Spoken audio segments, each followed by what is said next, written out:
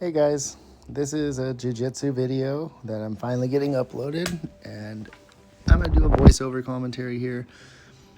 This is about a 50-minute video. Just want to point out the open exposed wall on the left side. Gonna try to avoid some comments here. It's not mold or black mold. We had a small foundation leak that was fixed with Flex Seal. I had to remove all that Flex Seal, watch a bunch of videos online, and then there'll be a video I upload showing how I fixed that as well. And the wall had to come down. Here I am doing a private training session, some self-defense, rolling exercise with my wife. One thing she's really good at is weight distribution. She really understands how to pin and hold, putting a little hook in there and getting a base, using a little 4-point base. Just trying to teach her some self-defense. I'll let you guys just watch and I'll chime in as needed. Explaining to her to put her feet on me to keep the distance here. There's Gracie, named after Gracie Jiu-Jitsu. So she's got her feet on my hip and I'm showing her how to hold my wrist so that she doesn't get punched. Then how to use my weight and momentum to pull me back into her guard. She has a little bit of a hip problem that she's been dealing with.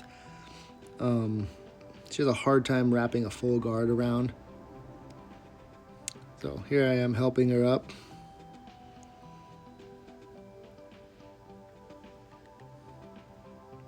Now we're gonna work a little bit on back control and back escapes. Looks like one of my kids came in and put their hands in front of the camera. That was funny. Showing her how to get connected to the floor so that she's able to fall to one side.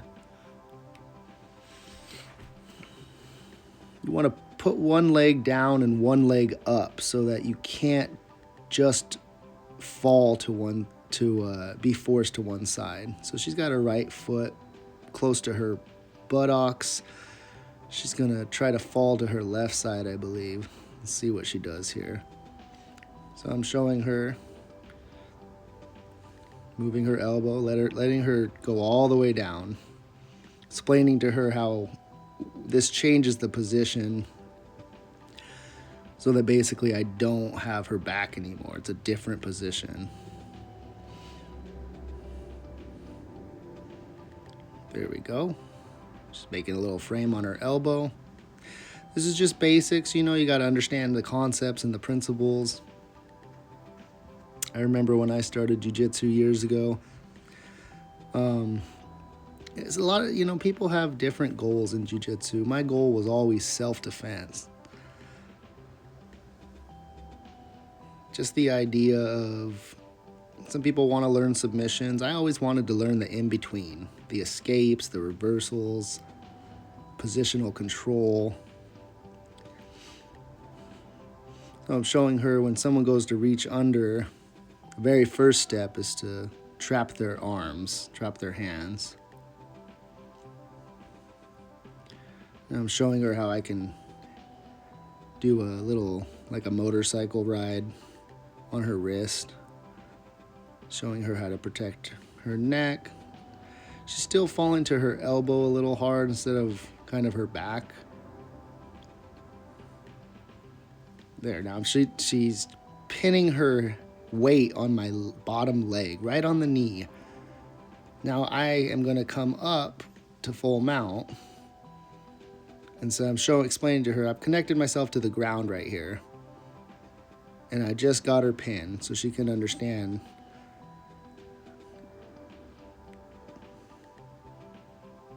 Kind of showing her the intricacies of escaping all the way.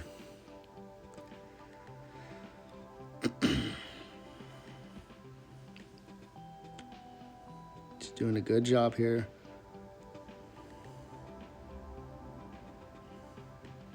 She needs to get her head back on the mat a little more. It's a good thing about taking footage.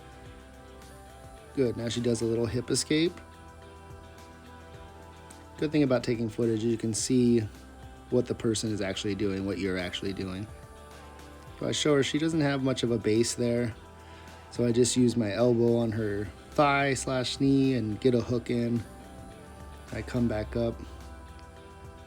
She's a little bit exhausted, so she goes right to her back. When you're exhausted in jiu-jitsu, a lot of times you'll start making mistakes.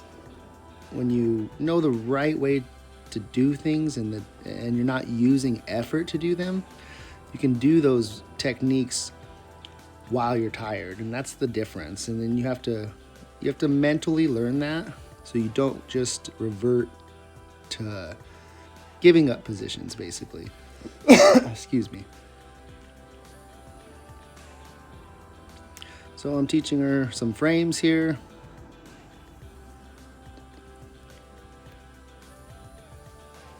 Every time I teach, we kind of just, this is something I heard Chris Burns, really awesome black belt, on Instagram, on YouTube as well, a Hickson Gracie black belt.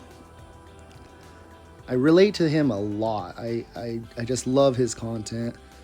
But he explains, even if someone knows something, when you're teaching them, they're going to show you where they're at.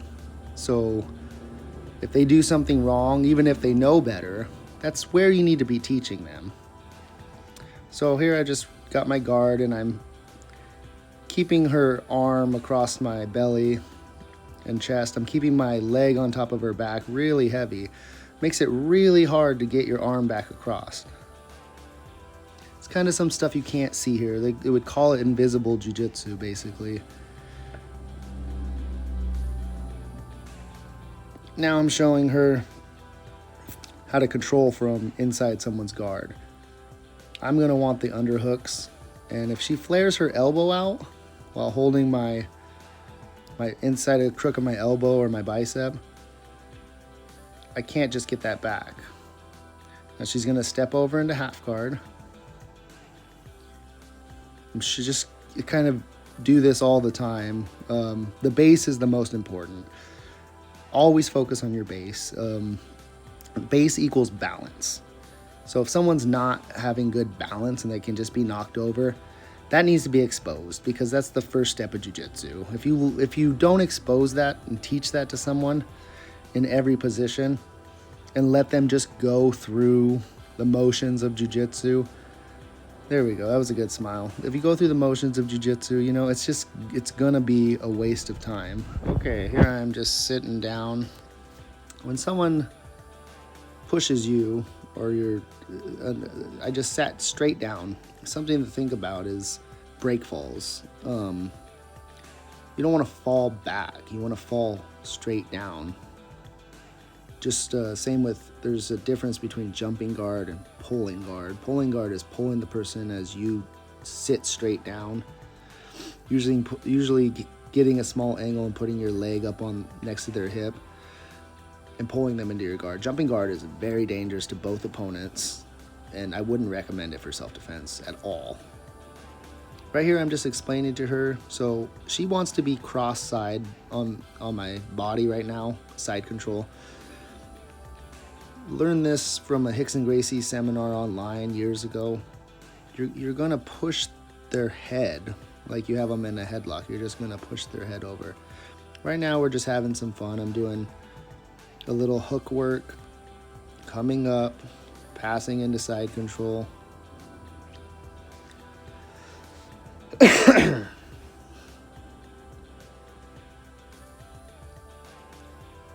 Now I'm just explaining a little bit to her, I think.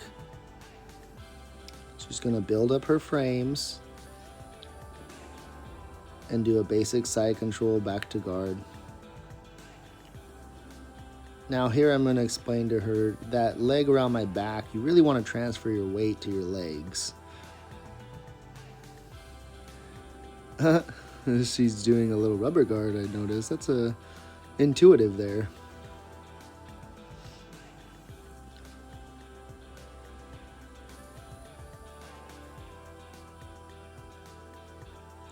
We're training Nogi today, working on that wall that you see to the left there. Created a pretty big mess in my basement. I would do things a little differently. I got a little hasty. Our geese got covered in dust. Everything got covered in dust. We had to wipe everything down, disinfect everything, clean our geese. I have the geese put away in a tote right now. We're doing a little punch block defense right now. You can't get the best angle here, but I'm explaining to her, if I can touch your face, I can punch you. So she's learning to connect right here. She's putting her foot in the crook of my elbow. You can see that over my left shoulder. And when you keep that connected, if I pull my arm to get it away, she pushes her leg forward. If I push my arm forward towards her face, she keeps that foot glued there, making it really hard. You have to almost put your arm behind your back to get it under that heel of that foot. So I'm just explaining this all to her.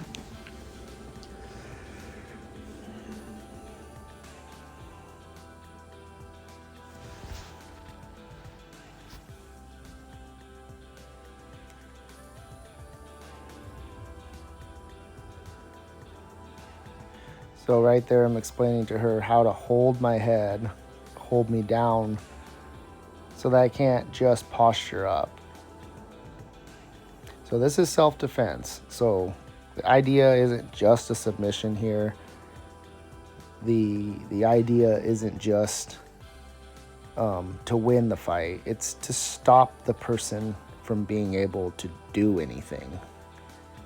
Now, as the person fights to get out, see, I'm showing her she can kick me straight in the chin, straight up. Teaching her how to put her hand out for base, connecting herself to the ground. Now she can put me away. I'm trying to teach her how to stand up into base after doing that. Sometimes she wants to just keep rolling, but I'm like, no, like, you have to learn this. Standing up into base is one of those things. It's so extremely easy, but when you go to teach it to someone, it could feel like learning advanced algebra for the first time, you know? And you have to stand up into a base so someone can't just push you over. Understanding the principles behind things and just concepts of jiu-jitsu can really help you understand the point of what you're doing. So here I got my elbows tight. I'm going to trap her leg. Well, it looks like I'm going to go maybe a hip escape, maybe an elbow escape. So I'm holding her down. Even though she's in full mount, it's going to be hard for her to posture up and punch me. She would have to cross face me. Each time she lifts an arm up, I have an opportunity to escape, to disrupt her balance. Now I'm trapping her arm, trapping her leg, just working really slowly between back and forth between the hip and upa escape.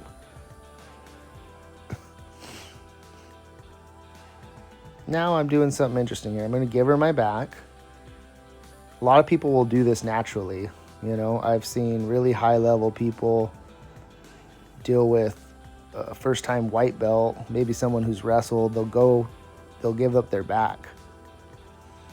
You have, in a 4-point base like this, 4-point means your knees and your elbows are on the ground, or your hands and your knees, basically all limbs.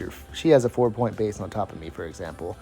I can't just flip her over easily. There's things I could do, but we're taking it one step at a time when we're learning. Keep it very basic, sharpen those knives, and then move on. So now she's gonna try to get an underhook on my left arm, kind of like an over-under control. I don't like this control because it's just too easy to flip the person to the side that they have the underhook on. Kind of like a judo throw, hip toss. You want to get your weight back when this happens. And she has her weight so far forward that I could just buck my hips a little bit and she'd fall forward. What I like to do is put both underhooks in, like you're wrapping around the chest. You see it right there. I just, without even trying. You can hold someone of all sizes on your back. If they're not able to get their hooks in, a 4-point base is extremely strong. Here I'm just showing their concept here, you know. If I stay to one side of her legs, now I'm gonna add some striking in. We keep it really basic. Lots of different strikes you can do, but just like a video game that you can do on easy, you can really master everything, and then you move to medium. Medium's not as hard when you've mastered easy, and so forth. You go on to hard, then you have expert level. You're not going to start at expert level.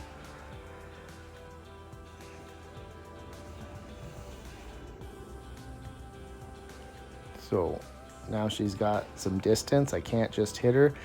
Here I tell her to put her hands up. You want your hands up in your line of sight.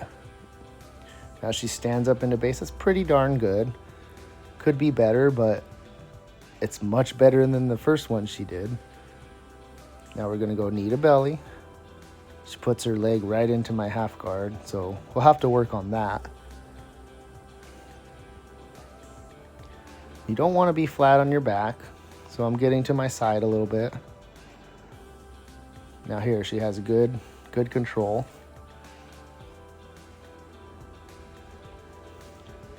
We're just working on keeping our base.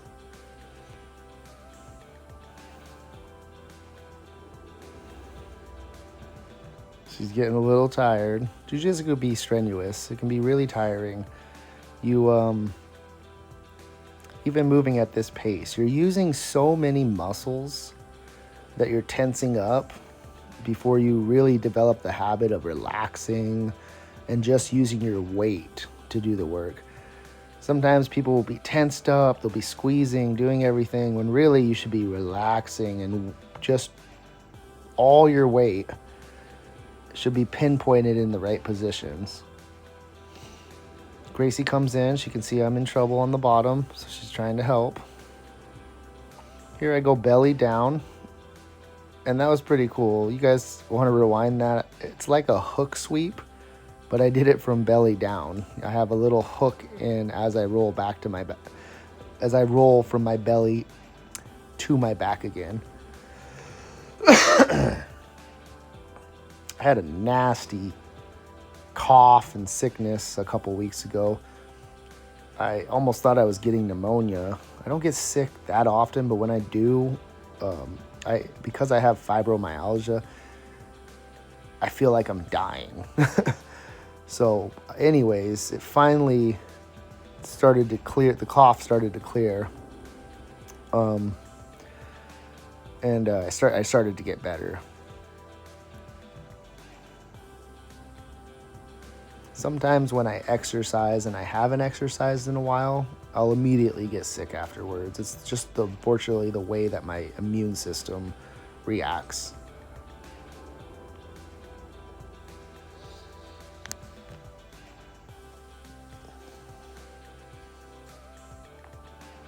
Okay, I'm back. You guys, it'll be edited. You won't know that I left, but I had to get some water and prep some meat for carne asada tacos later. My daughter has a late night yearbook thing at school, so we're making some tacos. Right here I'm showing, back to the commentary, I'm showing my wife kind of how to control someone in the guard.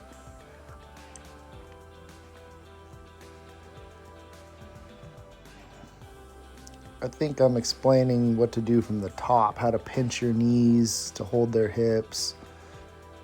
Yeah, that's kind of what I'm doing. When you get control of the person's hips, you can have a good base, and they can barely move. They just want to open their guard, and then you can pass. Showing how to control the arms so that she can't reach up and grab my head or get underhooks or anything like that.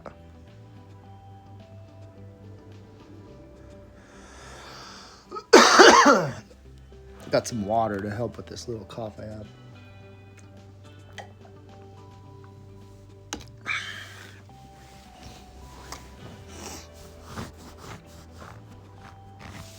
And this, on the left there, the crack in my foundation wall, I was able to fix that, guys, by the way. We've had some intense rain for months, on and off, and not a single drop of water came through there. That'll be a fun video to make. People, it was very stressful, but after doing it once, I could recommend it to anybody. The product, anybody could do it.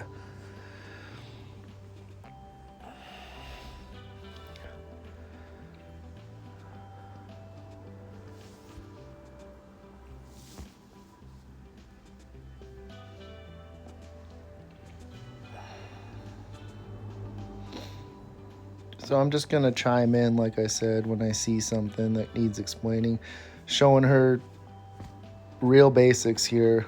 A lot of people won't do it though, you know, like when you roll, sometimes you get in the habit of just missing a lot of parts of the jiu-jitsu that you're supposed to be doing. Essentially the basics. So I'm showing her here how if she puts her elbow tight to her body, it'll stop the arm, my hand, from coming. See, that's how you prevent you flare the elbow out, and then the person cannot grab your head. Bring the elbow in, they can't get an underhook.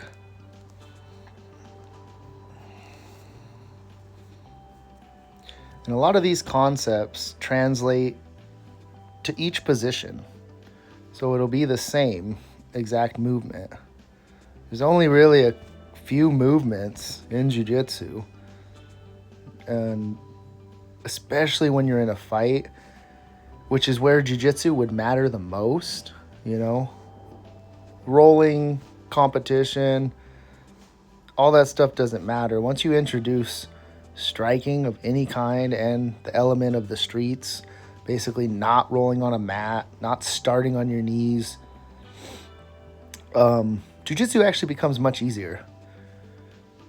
All the other fancy stuff, it's pretty fancy, and it would definitely, you might be able to pull it off against someone, but even an untrained person, not even a white belt, not even a wrestler, they're going to spaz out and go into fight mode. Fight or flight, they're going to go into fight mode, and they're going to do stuff that your normal training partner doesn't do. I've talked about this before. That's the stuff that you need to know how to defend against. And strikes. Once people start striking, you have to, from every position, when you train, you need to pretend, oh, people could be throwing a punch right here. Would I get punched in the face? Gracie gets on the mat. She sees him on the bottom. She wants to come and protect me. She's such a good doggo. She sleeps right in between my legs every single night. I say spot, and she crawls in between my legs. She's looking at me right now. She's on the chair across the room from me. So here I'm showing my wife that she just doesn't have a base right here. And, you know, I could ignore that and kind of teach her the moves. But to know more could mean you know less. To know less could mean you know more. If that makes sense. You got to work on what... Jiu-jitsu is a step-by-step procedure.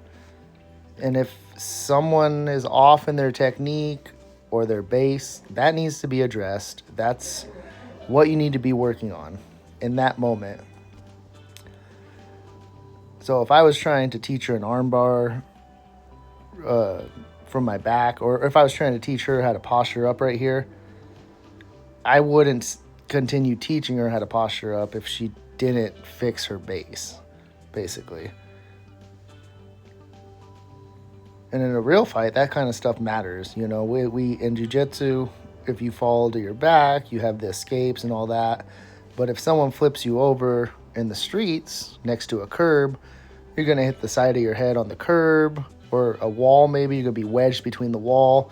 They're going to be on top of you, and in a street fight or any type of combat, they're going to try to punch you in the face.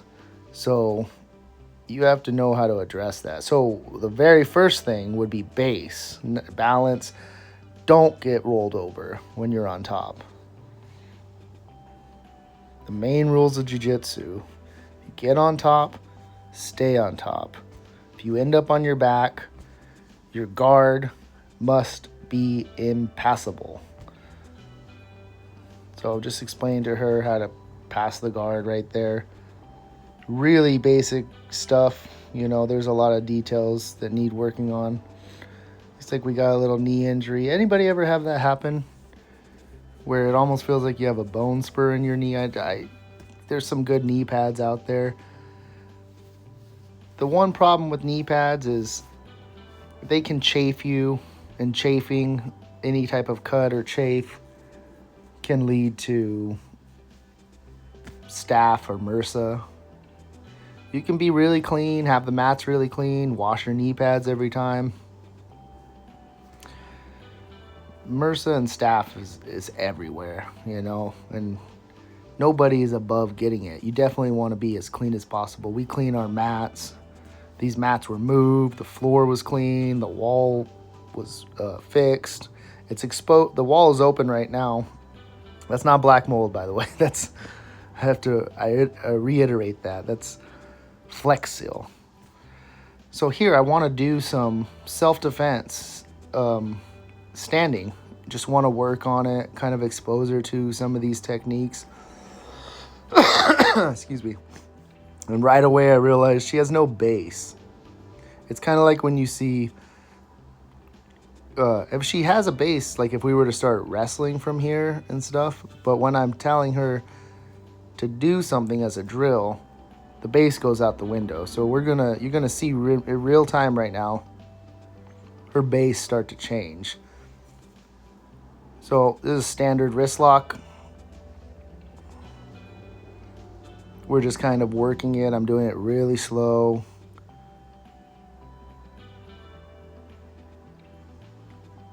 Kind of explaining to her how this works.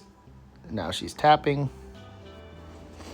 That looked like a long tap, but I was going really light. When you throw this on someone, you're gonna break their wrist, and then they're gonna go to hit you in the face, and that's when you really put it on, and your head goes down, and the hand that they want to hit with is not gonna hit anything.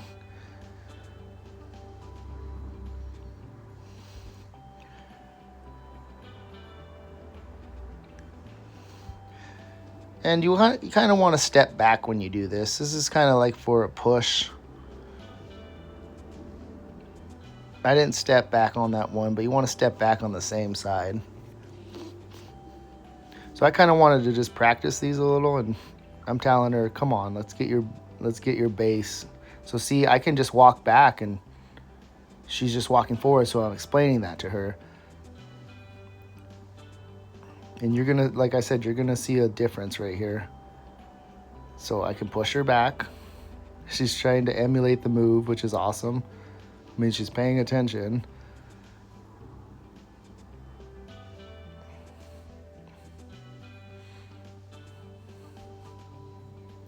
So now I'm gonna explain to her, if she pushes me, all I'm gonna do is kind of curl my toes into the mat and just lean forward barely. You hear a lot of people say, who practice invisible jiu-jitsu, Gracie jiu-jitsu, Hickson Gracie jiu-jitsu, you want to find the middle, and you have to develop this base. This level of balance will allow you to, you know, if someone's going to push you and you lean really far forward, they're not going to push you back. But the problem is, if they back up, you're going to fly forward. So you have to barely put, see, her base is still kind of sloppy.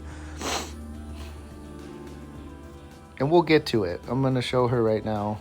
And you're going to see a difference when we kind of push and pull. Still going through some self-defense moves. It's hard for me to remember the entire training video, you know, so I don't know exactly what's coming next, but I know we go over her base. So if someone comes up and grabs you from behind like this, you can get a nasty wrist lock.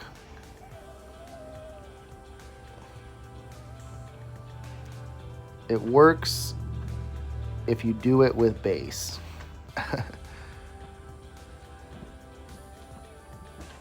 Me and her are about exactly the same height. She said, okay, that's enough. The footwork is important on this one. You're gonna, whenever someone touches your neck, you want to develop the instinct to shrug your shoulders, tuck your chin. And this is a, what would they call this? A supination? Supinated wrist lock? I don't know the exact word. I always hated basically like all the different names of things.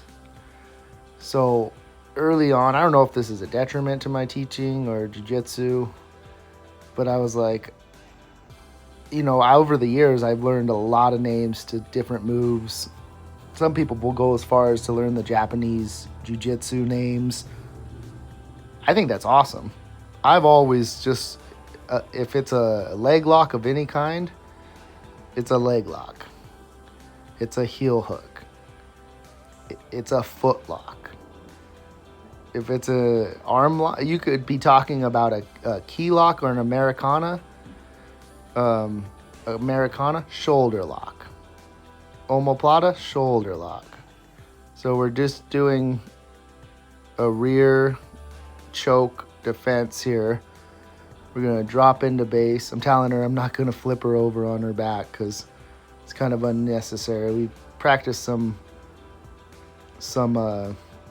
break falls a lot though. When you flip someone over, you can do it slow, and I'll be able to go over some break falls in a future video too. I have a nice little way of teaching that. Kind of like if you drop a coin on the floor, you know, it'll rattle, it'll go or I can't do the noise, but you know how it rattles in a circle until it becomes flat. That's kind of how a break fall is. If someone pushes you back, you're gonna sit straight down and then do a backwards somersault. So this is the version where someone's pulling you backward.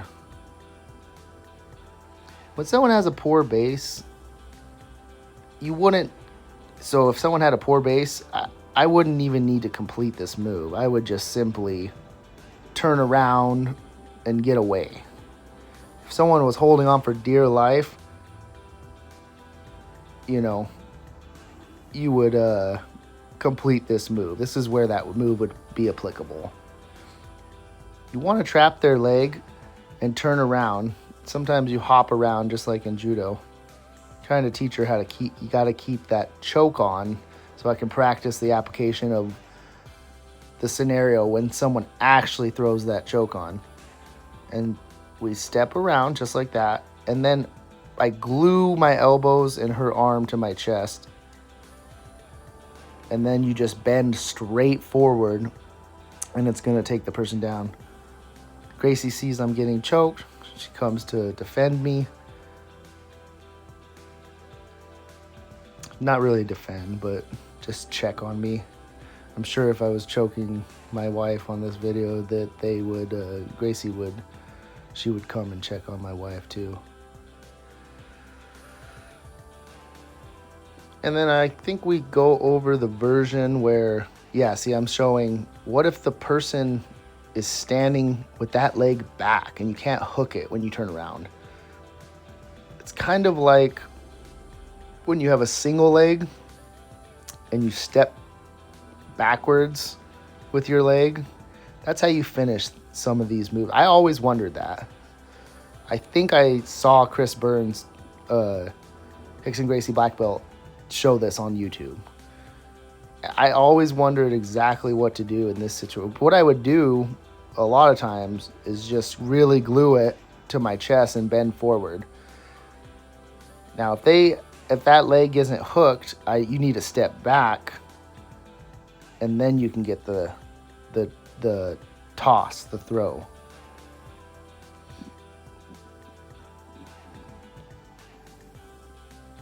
When someone goes a little harder and has a good strong base, it's actually easier to apply these moves, like I said, because that's how you would do them. You wouldn't practice them when someone came up and tried to choke you and they didn't have an awesome grip and weren't super strong and doing it very serious. You might just drop into base, put your shoulders up to your ears, tuck your chin, and that would be the end of it. You could get out of it just by having a better base than them. So you only do as much as you need in jiu-jitsu. Here I'm going to show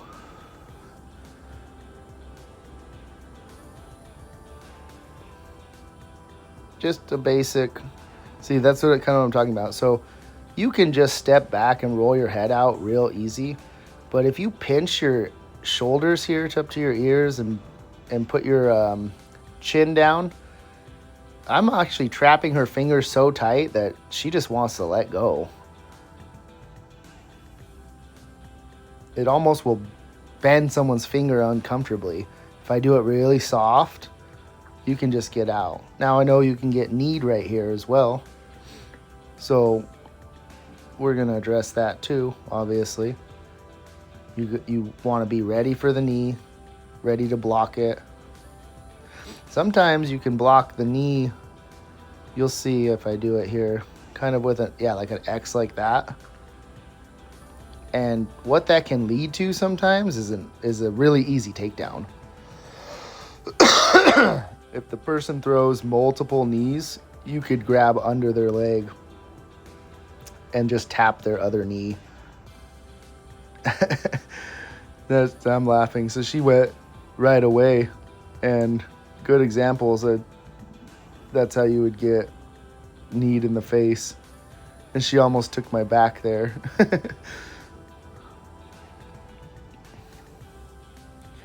So that's the thing, though. You want someone to go realistically when you practice these moves, because what happens is I'm just kind of actually practicing and trying to remember. There's a way to cross your arms and block a knee when someone's going for the knee with a Muay Thai clench kind of, or a real good Muay Thai clench will be way on the top of the crown of my head. This is more for if someone's choking you.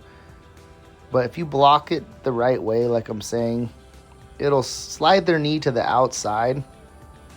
And when someone knees really hard, they're going to throw that knee up high. And you're going to be able to take them down. So I'm just like experimenting with that. And you got to work on these all the time, because just like learning a different language, you'll forget it. If you lose it if you don't use it.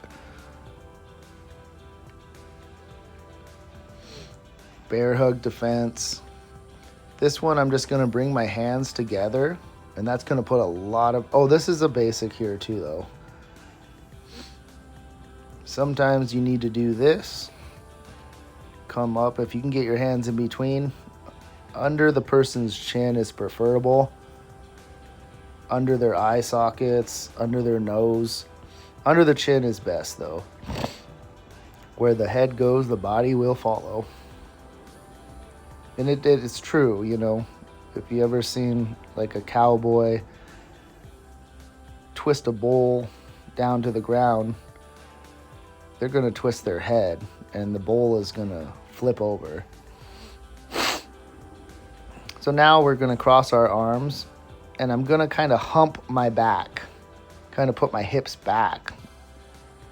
And it makes it, and just relax all my weight. And it makes it so hard for the other person to keep that grip. You'll see it break each time.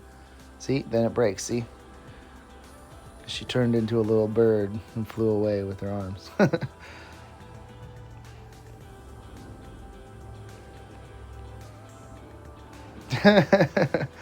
This is how it is when you train with your wife. It's an excuse for her to hug me. She does the normal hug. Right there. You got to build a frame so that if they push into you, they're only going to push their chin into that frame. It's going to be painful for them. Clasp your hands together. And I want to curl my back. That's really important. And then that's a toss right there. You just step in front of their foot and bend forward. You don't need to use any type of strength or anything right there. It's just mechanics. If I have a hold of her arms, she can't pull them out, and I do the correct footwork there, and I step in front of her ankle, she's gonna fall over, you know? She's not gonna have a base. She's not gonna be able to step.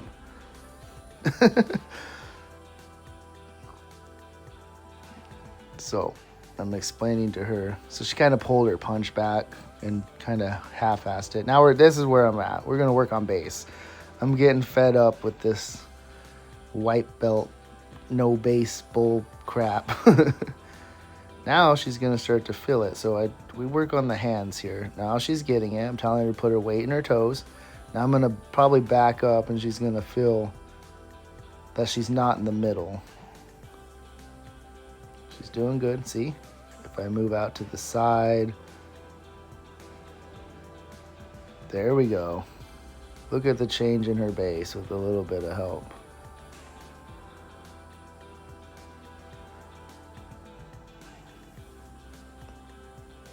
If you're not working on this stuff, you're not going to realize. And you know, sometimes maybe when you turn it on and you train, your base is there, you have good balance. But when you're drilling, you know, if it's not there, like I said before in the video, it's something you really have to work on. You have to consciously be able to do this stuff. Know what you're doing, basically, instead of just doing it. If you know what you're doing, you can apply it later to other positions. Here she's doing really good now. Now she's got a good base. She's pushing back into me, but if I back up, she's not just flying forward.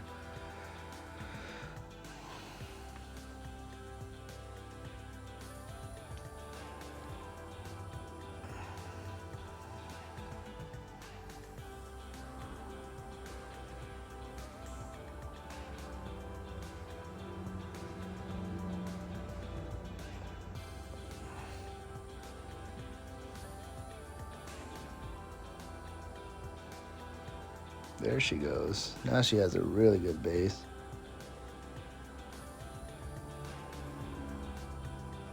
I'm explaining to her here too how to connect yourself to the ground. I'm pushing off the ground at the right angle, kind of like a 45-degree angle. That's probably what I'm showing with my hands right there.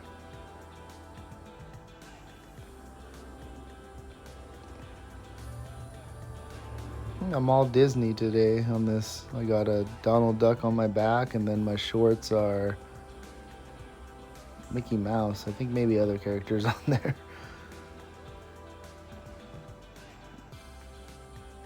You know who I saw at Disneyland one time when I was there randomly was it's one of the Mendez brothers. I didn't say hi to them or anything.